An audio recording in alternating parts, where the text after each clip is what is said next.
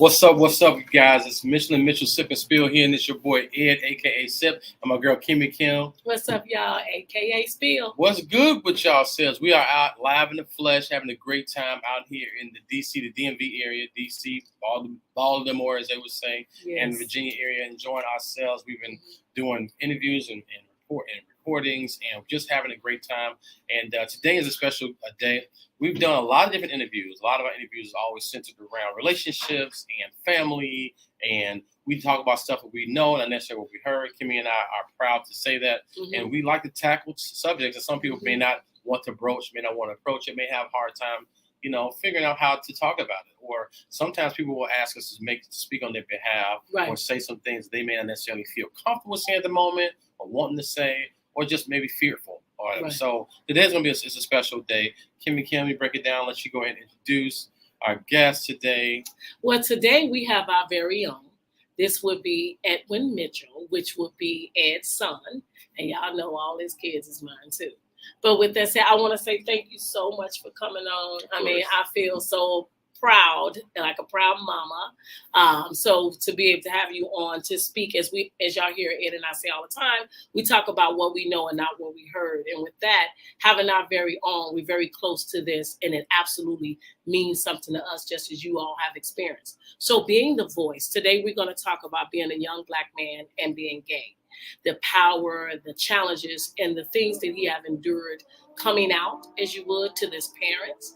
Actually have his dad here to be able to say what his reaction is, as well as even where he's at today. So y'all know I love to talk about where we at, where we going, and what you're doing right now. So with that, let's get into it. Cool. So Edwin, when you decided to, how was that when you made a decision to come out to your parents and say, hey, I'm gay?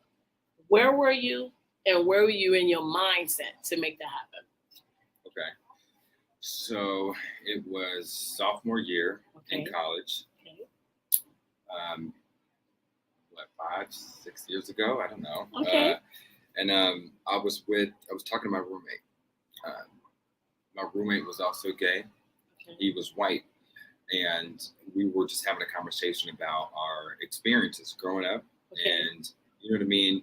Different moments that we had that kind of, I guess, made us kind of, I don't want to say come to terms, but we were just reflecting on, okay, you like guys, you know what I mean? What was your experience like growing up? He was explaining his, I was explaining mine. Mm-hmm. And he told me that he, had came out to his mom years ago. I mean, he was way ahead of me.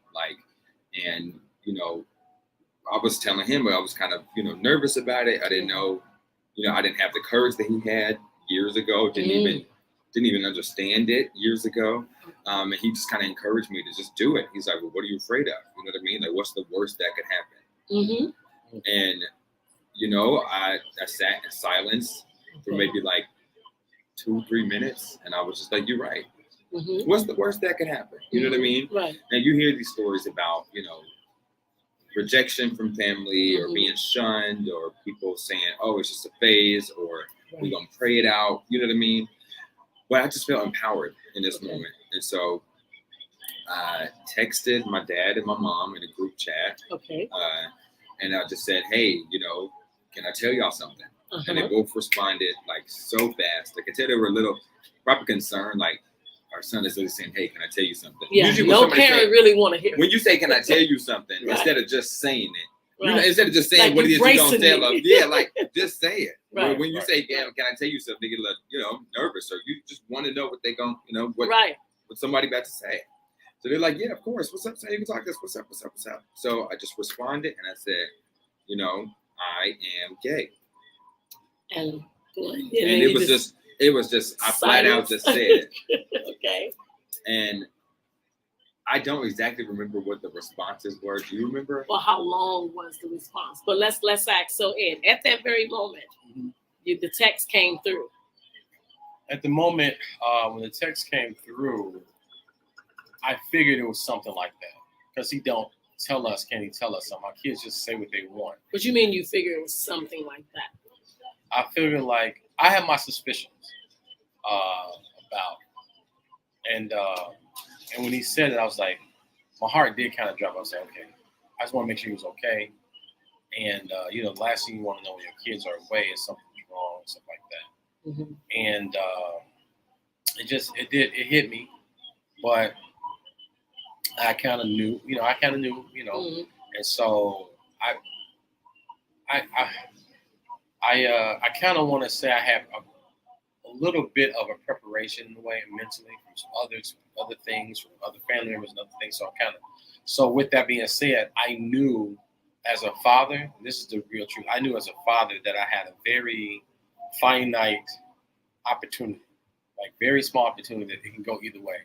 And I noticed as a father, we're penalized in a lot of ways. It's not trying to all fathers we love, but fathers are penalized in a way where if you're not available, then you're an absent father. Right. If you're too present, then you are an overbearing and abusive father. Okay. And I knew that how I responded would determine our relationship. Okay. And not to take over his part of it, but I knew that I couldn't. I knew I couldn't afford to be shitty about it. I knew I couldn't afford that. That wasn't a thing. And I love my son. And I kind of, like I said, I kind of knew it. So the way my heart dropped at the same time, it was like a relief. Like, okay, I know I'm not crazy. Okay. So, and it was like, I love my son. And at that moment, it was almost like when you had your baby is born, you go through labor, and the baby is born, it's like he's here, the child is here. And when that happened, it was like whatever it was at that moment, that quick moment of whatever it was, I immediately went to, that's my son. And I'm going to love him more than I ever loved him. Then, because you go through these cycles, like, what did I do? Did I do something to him? Did I show him? So I went through these things like, somebody touch him? Did he look at me and say, was I not present? And it was more like, you know what? All that stuff don't matter. What I'm going to do from here on out is I'm going to love my son, accept him, and that was it. So do you remember your response? It was like, okay, or something like that. It was like, okay, I hear you. I get it. All right.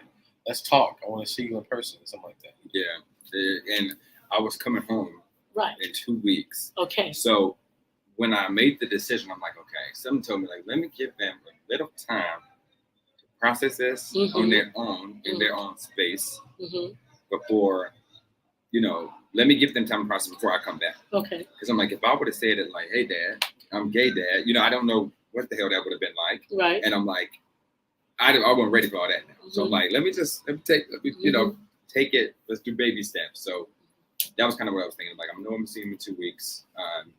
And so I just knew when when I get home, we're going to have some real serious talks. Because, my family, we've been through a lot as a family, and we've gotten to a place where we will have difficult conversations now. Like, we're going to talk about stuff, and we're going to talk about it face to face. So I just knew, I'm like, when I get home, it's home. You know what I mean? I wasn't scared. So you had 2 weeks of agonizing that fact that I'm going to be seeing them. 2 whole weeks of thinking about it all day, every day. Like, okay. And so did you, Ed. You had 2 whole weeks to be like, then, because it's something about when you say something to somebody.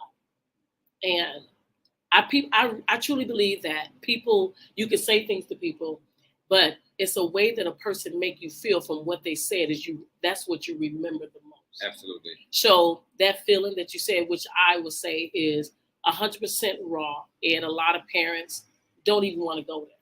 You're able to say this. The fact that you all both can sit here and talk about it is just absolutely wonderful, because some people have never had this experience.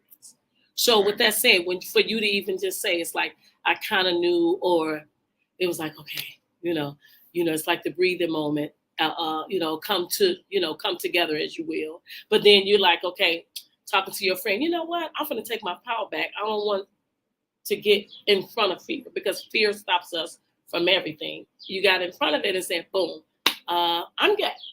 So even with all that, you come home and now you see your parents. My heart drops. And your heart drops. So instantly. This is when it was like, do, your heart beating, this and that. And then was you feeling that too? Did you have a lot of anxiety going on that you was going to actually see your son? That was a text. So now I'm going to look at you and he's going to come out of his mouth and say. No, that's a little emotional for me, but. I know. But when I saw him, it's one thing. That's it. Because I wanted him to know that I got his back, No matter what. and I couldn't, and I knew. It's funny being a black male father, and then I talk about my dad. I love my dad. My dad. He's amazing, but I didn't want to be. I wanted to be everything that I felt that I wanted as a father. That I think my dad wanted to do, just didn't know how to do it. I just said, "Hey, fuck it, I'm gonna try it. I don't know how to do this, but I'm gonna try it. But I'm gonna be present." And so I just hugged him. I talked to him. And that was it. It's like you're my son, and that's it. So a lot of fathers, a lot of black men, they have their ideas of what they want their kids to be and all that. Because all of my kids are all different, and I expect them to do different things. It's kind of like but my thing is that I love him, and when I feel like when I embrace him, because I think he was close to his mama. Honestly, he was like he still is a mama's boy. Not to be, it's not a comparison. It's not a competition. It's one of those things. Mom is mom. I don't fight. You know that we don't fight with moms. It is what it is. But that was his first love. That was her. That was her baby. But for me, I think that what, I think we got closer because of that. We got closer. We talk about everything all the time. So. So you say with him coming out, gave y'all a new direction of how y'all relationship, because now you're in college, you're a young man, now you stepping out into your own, you living on your own, you're not with your parents. So really, it's even though you wanted to tell them basically to set them free and let them know that you set yourself free, but also to let them know like this is your son, this is me, and this is how I'm going to live my life. At the same time, you really didn't need the permission. You really didn't need the okay, as you will, because you was already living your life. Yeah. Now you walked into your truth, right? Yeah, I feel like it was less about, like I didn't need the permission. It was more so just thinking about my whole childhood and how, I wouldn't even say the whole childhood, but like my adolescent years and how like not taking ownership of that. Like, I wasn't going down a bad path, but it was like I wasn't doing super well in school. I was just doing okay. You know what I mean? My mental health was just okay. Everything was just okay. So you felt like you was mediocre? Yeah, I don't say mediocre now, but I'll say like, I wasn't reaching my full potential. I wasn't. And I feel like that was the one thing. If I were to take ownership of that, I could, dominate whatever space I'm in because I'm secure in who I am. Okay. I feel like it's hard for you to navigate the world if you're not secure with who you are, right? Like, you're fighting what you know is there. Right. And so you can never show up authentically in any space. It's like always trying to put a mask on, right? So each day you're thinking more about how to keep the mask up rather than than living in the moment. So there were so many opportunities I kind of missed, you know what I mean? Where it's like, even in school, like I'm in school and you enter a classroom and you aren't yourself because you're so worried about what everyone else thinks. And when I finally, came to terms with it, it made everything change. Like it was like an instant change. Like I started getting 4.0 GPAs when we started winning. I went in extracurricular competitions and getting good jobs, and all these opportunities I was having just came just from that one decision to take ownership of it. But one thing I do want to call out, I do got a background in communication studies, and so in college we were learning about the difference between attraction and arousal. That was one of the best lectures I've ever had in college, period. And what we discussed was that you can be attracted to anybody, right? Like, a gay man can still be attracted to a woman. You can be intellectually attracted, socially attracted to people. There are all these different, ways that we can be attracted to people and attract others. But it's when sexual arousal comes into the conversation that is kind of the defining factor, of sexuality. And so I feel like, as a younger boy, pre-adolescent years, no, I didn't know I was gay. You know what I mean? No, because I wasn't sexually aroused, you know what I mean? It was when that came, I'm like, okay, I don't like women, and to have the language to describe that like difference made everything so much more clear for me. Mm-hmm. Like that's why I had these freaking girlfriends my whole life. When I was a young boy, I stayed with a girlfriend. I had a girlfriend. You mean a girl as a friend? Or a girlfriend? No, a girlfriend. Like we are boyfriend and girlfriend. Okay, you even had as a child, so I had you a girlfriend have in kindergarten. Boyfriend, young. Yeah, I mean okay. young, right before sex got into play. Okay. It was young. You know what I mean? Okay. I had a girlfriend in kindergarten. I remember when Jordan and I were at Knob Hill, I had a girlfriend, Janisha. And then we moved and went to Arcadia and had a girlfriend, Andrea. I thought it was so funny. She really had mom's name. Wow. But I stayed with a girlfriend, right? Okay. Because I was always attracted to him. But yeah, it was when I got older, I'm like, here's the difference. Okay. You can be attracted to people, but whoever, whatever gender arouses you, that's how you kind of know which way you're swinging. So that's pretty much was your defining moment.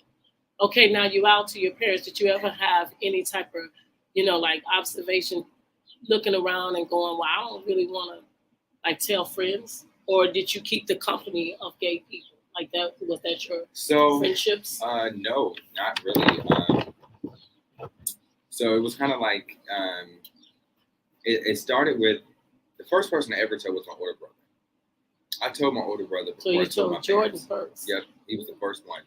Jordan was my mentor. You know what I mean? Like we used to dance in the same dance company together. So I mean, we had practice multiple times at the week performing together. Like Jordan was my older brother. He was who I was with all the time. It was just like, well, I didn't know who else to tell. I'm like, well, I trust him with this information more than anybody right now. So I started with him, and he pretty much was like, bro, it's cool. You know what I mean? Like, you could. You know what I mean? I didn't know he was going to take it. I'm like, can I even tell my older brother? But he was cool. But I'm like, I just didn't know, how to tell my parents. But I was nervous. And after I told them, I told my other siblings, Eden and Dylan. And then from there, it was like, okay, how am I? I was thinking about all the list of people that I know. Like, okay, are you really going to tell every single person that you know? Do you really want to do that? Just thinking about how sometimes nerve-wracking it could be to have that conversation. I'm like, I don't want to tell every single body. I don't want to do that. I don't want to do that. You know what I mean? And then I started to think about the whole idea of coming out is really, in some situations, for everyone else. It's not really for you. Right, because you know. It's so everyone else can view you or can understand who you are and have the language to describe maybe why you might be the way you are. You know what I mean? It was like really, it's like, why do people have to come out? You know what I mean? Like, why? Right. Okay. Why can't people just do what they want to do without other people wondering why maybe they're a little more feminine, or why they don't want to play all the sports that dudes want to play, or why they ain't looking at girls' bodies? You know what I mean? Why does everyone else care so much? You know what I mean? I think you get so consumed in what other people think of you that it's like, well, I'm not gonna come out because I don't want anyone to think of me this way. So it's almost safer for me to just live in my truth secretly. Privately, rather. You know what I mean? But coming out gives you the freedom for yourself, doesn't it? It's like I don't have to pick and choose. Right. Yeah, I can walk in the room. I could be on the phone with the dude. I could be going on a date with somebody. I don't have to hide it. You know what I mean? I'm like, yeah. And so I don't know. I think there's so many things that make it scary. Like you think about religion, right? Okay. You think about conservatism, and I mean, tradition, right? And image. There's all these like really heavy factors that can stop you from wanting to do that, because it's like, well, if you have a conversation about coming out with somebody who's very, very, very, very, very religious, yes, are they gonna budge? You know what I mean? Will you get the hug? You know what I mean? Will you feel embraced? It's scary. Will you feel ridiculed? Yeah, I mean, yeah. Will we be offended right away? Because they open yourself some sort of offense unnecessarily. Yeah, it's like conflict immediate. Like, okay, well, I don't agree with that. That's wrong. I don't want to go through that. So for someone that I sponsor a Black young men's group, Black, boys turn to men group, where we talk about all different things from, becoming fathers at an early age, also learning what their sexual, preference is, and everybody try to find love in different fashions of how they go about. So Kimmy, I always say, y'all know this, I say, meet people where they at. So I feel like what your dad, what you did, Ed, was meet him where he was, instead of looking at all the other things, which is probably had a whole bunch of questions you did later. I think what he needed at that moment was to just feel accepted, that it's okay, just like Jordan did, just like your parents did in it. And I can move forward and say everybody did in your family. With that for you, a lot of guys wish they had that. If some people don't. So now I'm going to speak for ones that I know that haven't. So personally, to me, I have a nephew. The way he came out was my brother did not know that my nephew was gay. So he was at a basketball, he was graduating. And you wear the long robe. So he decided to dye his hair. He dyed his hair completely blonde. And then he put on long eyelashes and he wore high heels. And that was the way he walked across the stage. And then my brother was so embarrassed, just embarrassed, just angry, to where it drew a wedge between them. Because everybody asked my nephew this question. They said, why did you come out that way? Why you didn't do it the way you did? Why you didn't get to that courage? And so for him, it was fear. So he was like, I'm just going to take a bold move and do it that way. To this day, he has an estranged relationship, very estranged relationship, where a lot of people don't understand, even within the family, why are you this way, where that come from. And as you say, a lot of religion, we were raised all up in the church. It's like God sitting next to you. That ain't, what I'm saying? So with that saying, I think from what I'm hearing to you, and for everybody that's going through this, I think it is really, really good to have a great support system. Yeah. It's even if it's not directly your bloodline. Right. Sometimes, my partner told me this a while ago when I was experiencing something my own self about versus being a blood, relative family versus how that kind of separates itself. And I think people can become family without having the same bloodline. It's the way you show up. So with you moving forward on in your life and you look very well, thriving, doing things, you happy, you're not living behind that. What is the I would say that the best advice you can give someone that want to be where you at? To go where you're celebrated and not tolerated. Wow, that sounds like a sip and spill. That this man has taught me since I was so young. And, he just say, go where you celebrate it. Don't go where you tolerate it. Why you don't thrive in spaces where people are just dealing with you. Even if it's family members. Even if it's family members. And I think that's the hard thing, where it's like, sometimes all people know is family. But, sometimes family can be toxic. Mm-hmm. And it's a hard conversation to have. It's a really hard, these are your families. You went through maybe traumatic situations with them. Mm-hmm. Your family has went through hardships as a family, but that don't mean that, they are the best people to have around for your mental health. And I think that's challenging for people. Mm-hmm. Because tradition tells you, don't you ever turn your back on your family. Mm-hmm. You know what I mean? That's right. So it's like, it's hard for some people to accept it, but it's like, if it hurts you more than it helps you to be around them, you got to kind of choose yourself. And that doesn't mean,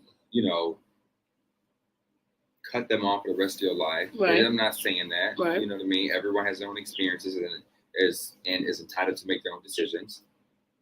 By the same token, sometimes you got to take a break. Mm-hmm. Sometimes you got to free yourself, right? And I feel like for me, it was like going to college. Like I was in my own space. Mm-hmm. I didn't have to tell my parents when I was coming home. Right. I didn't have to, you know what I mean? Like I didn't have to do no chores around the house. I wasn't there. I was literally in my own space.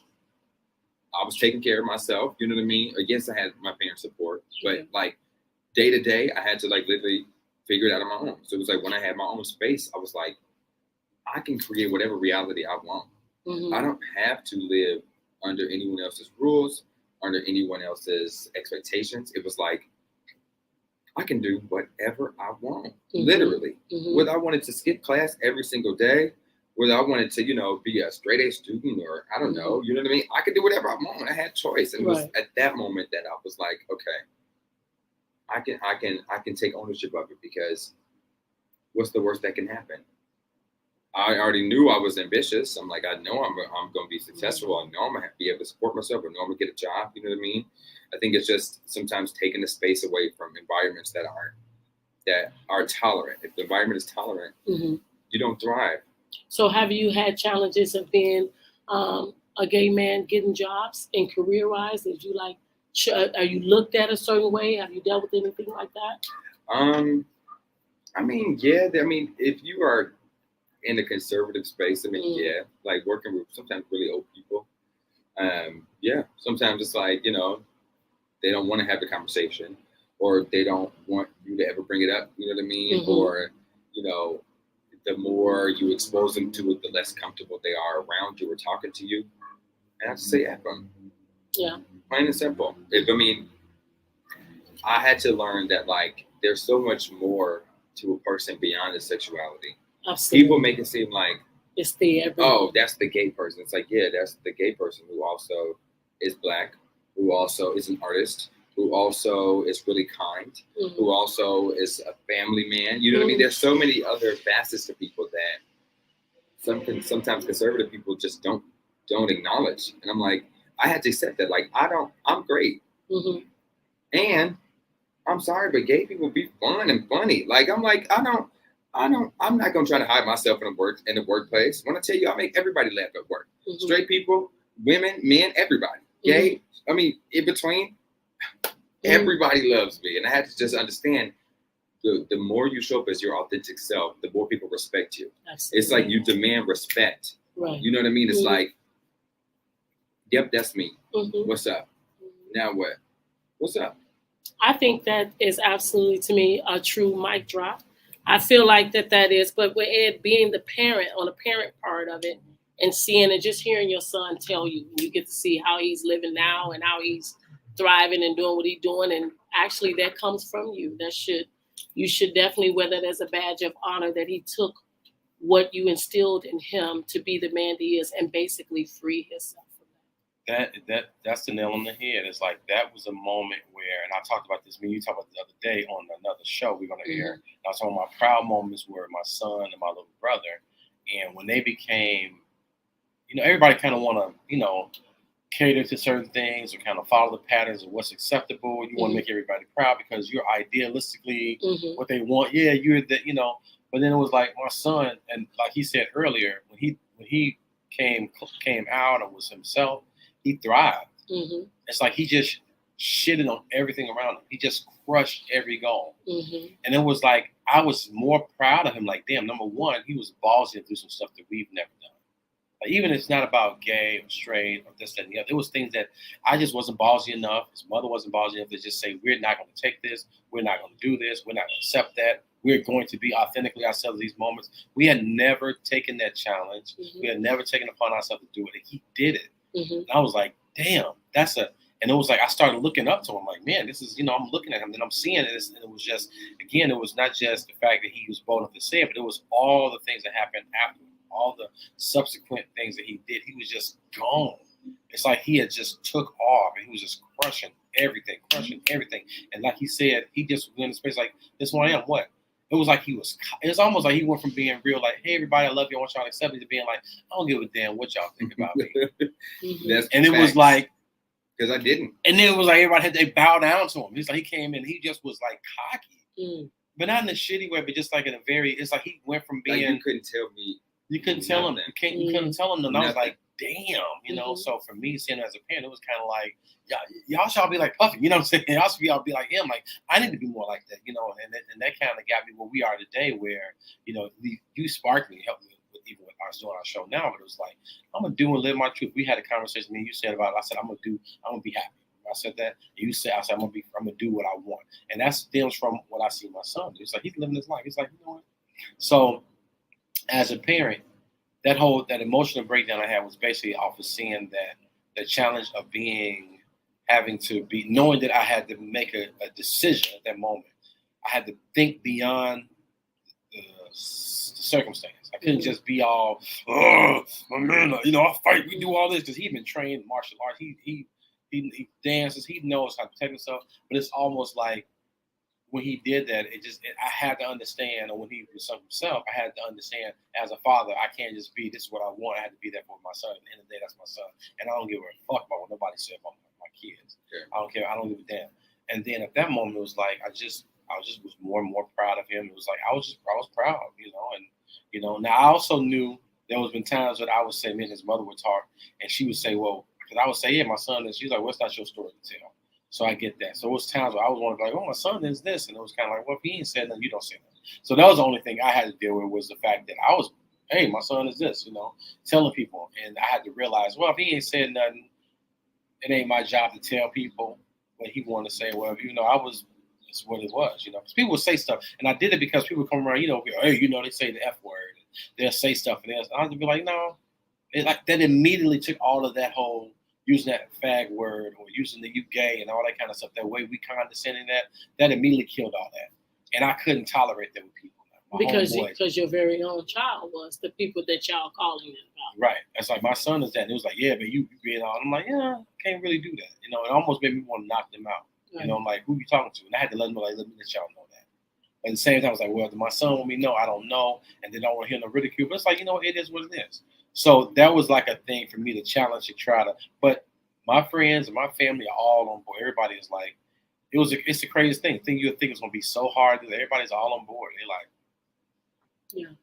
And I would say that, one of the number one reasons why I was adamant about doing this is because Ed and I talk about all the time about what we know and not what we heard. And when it's your very own, it's looked at different. See, it's not something that we're talking about, something we heard or somebody. You can even see someone go through the same thing. This is a great story. You guys coming out, you owning your truth. Ed, you accepting, you loving him for who he is. But there's children and there's people out there that haven't spoken in years. They don't have no relationship. And it's just, to me, this is where I wanted to channel and say this to recap. From you all just watching them and their interaction. He loves his son very much. His son loves his dad very much. He get to have that. You are definitely celebrating in the Mitchell's family. And the Mitchell family and Sip and Spill, we're going to celebrate you. I don't care what you are, okay? Because I don't feel no one should judge anyone. So if you gay, you a lesbian, you transgender, you poly, you mono, you all that, who am I and who are any of us to judge you for what you do? Because everybody got things that they do in their life. And I'm going to tell you something about being free. You just see this young man just stated that he is free from that. He just did nothing but excel and evolve. And as a parent, you said, Ed, that, I learned from my child. Our children, we want them to be better than us. They are the better versions of us. So with that stated, that is a teaching moment that your child can still teach you and learn something. Only parents, if you listen enough. So you might have a projection of what you think them to be, but for them to really be able to be free and live their life, you got to allow that to happen, even if it's not to your liking, even if it's not even to your understanding. But that's about going forward in all types of relationships as well. So I will move forward to say this, is that sometimes you just need to step to the side and allow a person to be them, and then watch and see how great there really is. Because I believe that you could be among somebody great, but you got them so shelved in a box, so traditionalized of what you grew up. And I understand, Ed and I, we talk about elder people. We love the wisdom. We listen to them. It's a new day. It's a new age. It's different things. I always say this, the game then changes, just different players. That's absolutely true. There's a foundation to where it started, but where it's going is a whole different direction. So with that said, that's Kimmy's Kim Mike's drop. We love you. As my partner always say, we love y'all all the time. We here for it. You got a story you want to talk about. You got somebody you want to reach. You want to tell somebody that, hey, this is me and I'm gay. Call us up. Here's all our stuff. At ING, we are Sip and Spill 2022, Mitchell&Mitchell 22@gmail.com. We're Mitchell&Mitchell and Sip and Spill group and Sip and Spill on YouTube. You can reach us. We here for it. Just call us up. Listen, we like you. We love you. We want more of you. Don't ever forget that. And it's been real and it's been fun. But every time we do our show, every time we get together, every time we celebrate with our family and friends, our loved ones, and you guys, don't get it twisted. It's always, even with tears in my eyes, it's always real motherfucking fun. But don't close Call it yet, back. because we got to say thank you Thank to you. him coming over here. And I need to see y'all hug, because this is good for me. It's good. Yeah. I love you too, man. So this what you want. This what that sip and spell be doing, you know. So I know he fine and y'all all want to be in his DM, but I'm going to go ahead and do a sidebar. Don't let me have to come find you. Okay, now we can end the show. All right. Call it back, y'all.